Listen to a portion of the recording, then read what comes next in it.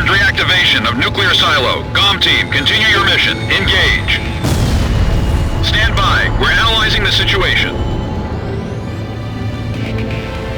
Here comes the snow. Shoot down the enemy. I'll run a plane analysis and fill you in ASAP.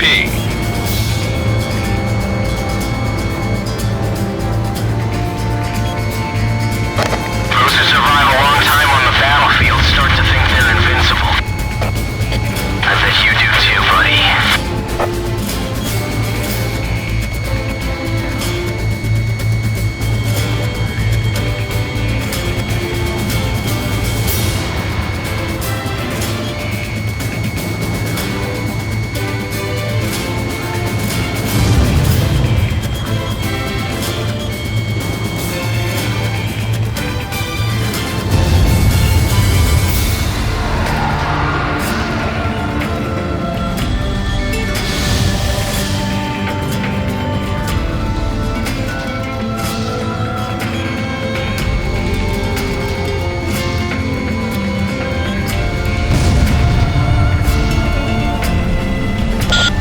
Analysis complete. Transmission from enemy craft detected. He's controlling the V2 launch. Can you see any borders from here? What is borders giving us? We're going to start over from scratch. That's what V2 is for.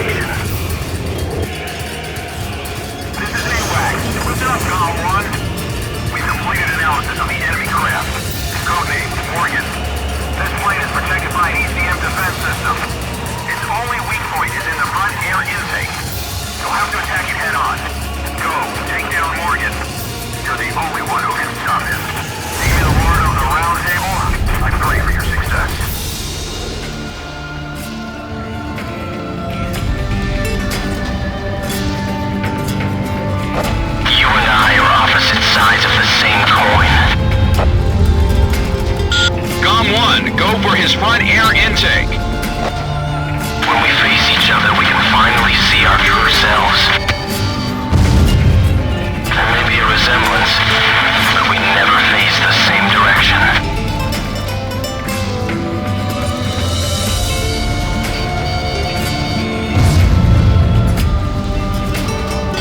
Fire away, coward!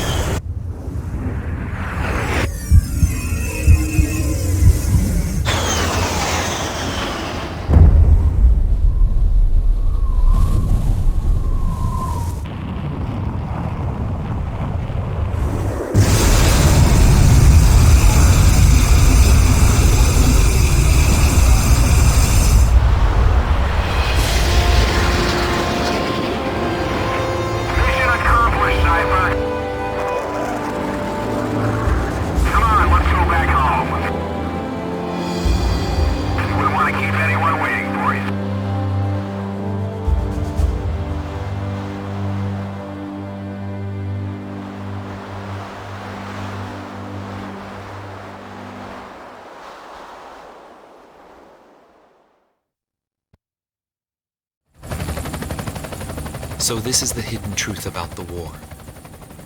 And this is where his trail ends as well.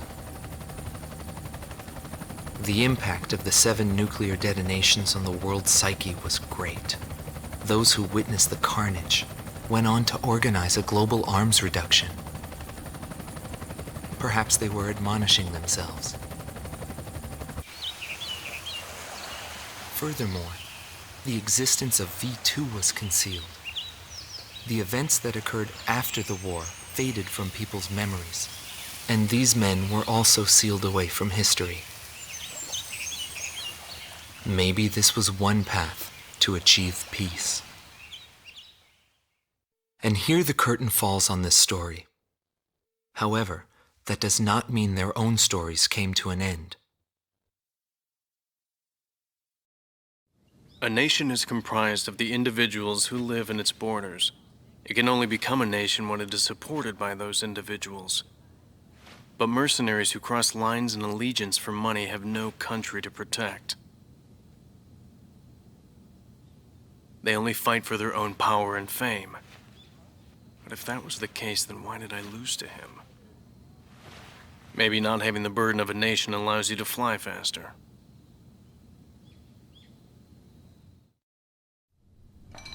I bailed out and landed here. The captain was gone.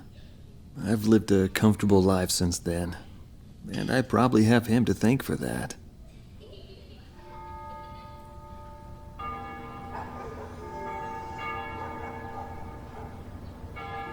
They ring the bells here at dusk to honor the liberation of the capital. It signals peace, but to me, they are the sounds of death.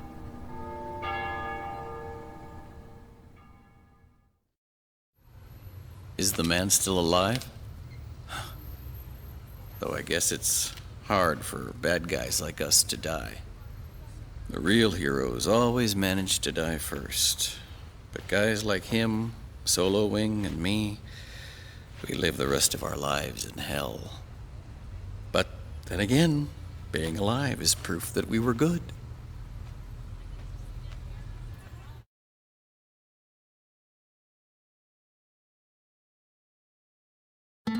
Marcela Vasquez, the Espada team's number 2 and former member of the Sapan Air Force, 9th Air and Land Division, 11th Tactical Fighter Squadron. She is thought to be a survivor of the coup d'etat squadron. She currently earns a living as a dancer. If the Demon Lord hadn't appeared, our lives might have been different. For me, it wasn't about flying or ideals. Most of all, it was about him, my flight lead. Our mission was to escort the heavy command cruiser that was to act as transportation for the organization. And the Demon Lord appeared, as if to block our path. I will never forget his overwhelming power. One by one, my comrades were shot down, and then the mother bird we were supposed to protect. I returned alive from that battlefield, and I returned to this city where I grew up. I left the organization, too. I never went back to the sky again. There's no meaning there now that he's gone. He died in that fight.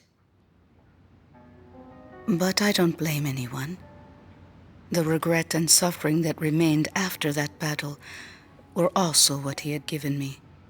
They're among the precious few things he left behind.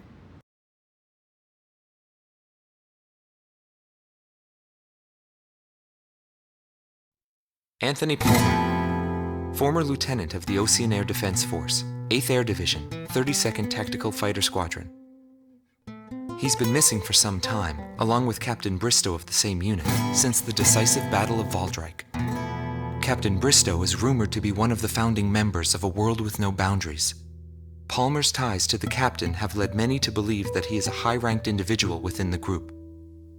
He currently works for an insurance company based in Aurid, the capital city of Osea. Demon Lord was right. Everything he touched fell apart. I thought I was watching magic.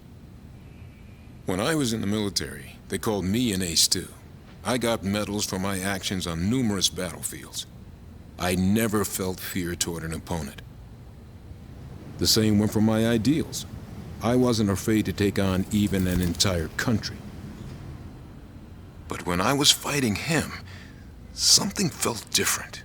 At first, I didn't know what it was. It wasn't until I noticed my hands shaking on the flight stick that I realized. It was fear. It's embarrassing, but once I felt that, I couldn't fly anymore. I felt guilt toward my companions at the time. There's always a war somewhere, and I'm sure he's on some battlefield somewhere fighting even now. He'll always have a place to live.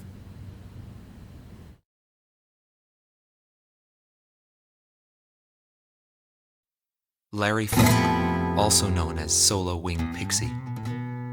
Gelb Team's number 2, and member of the Ustio Air Force, 6th Air Division, 66th Air Force Unit. That's right. This man was his buddy, and his enemy. I should have died that day, but I didn't. I dragged my wounded body and reached ground zero of the nuclear detonations.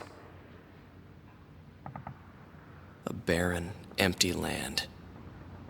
I felt an unbearable sadness when I witnessed that landscape. There were still people living there. They were the ones that saved me. It may be true that the world has no need of borders, but would getting rid of them really change anything? The world won't change for the better unless we trust people. Trust is vital in a peaceful world, but that will never happen. I'm still on the battlefield. Right now I'm near a border. I want to see for myself what borders really mean, and what their volition really is. I may not find what I'm looking for, but I still want to try. Anyway, that's what I've come to believe, and I think that's enough. Will he see this video? If you do meet him, give him a message for me. Yo, buddy. Still alive? And thanks, friend. See you again. The Demon Lord of the Round Table, a warrior who soared through the Balkan War, inspiring both fear and admiration. His presence filled the skies for but a few short months before he disappeared. Apart from that, nothing is known about him. I was never able to find out what kind of a person he really was. But whenever they talked about him, they always had a slight smile on their faces. That, perhaps, may be my answer.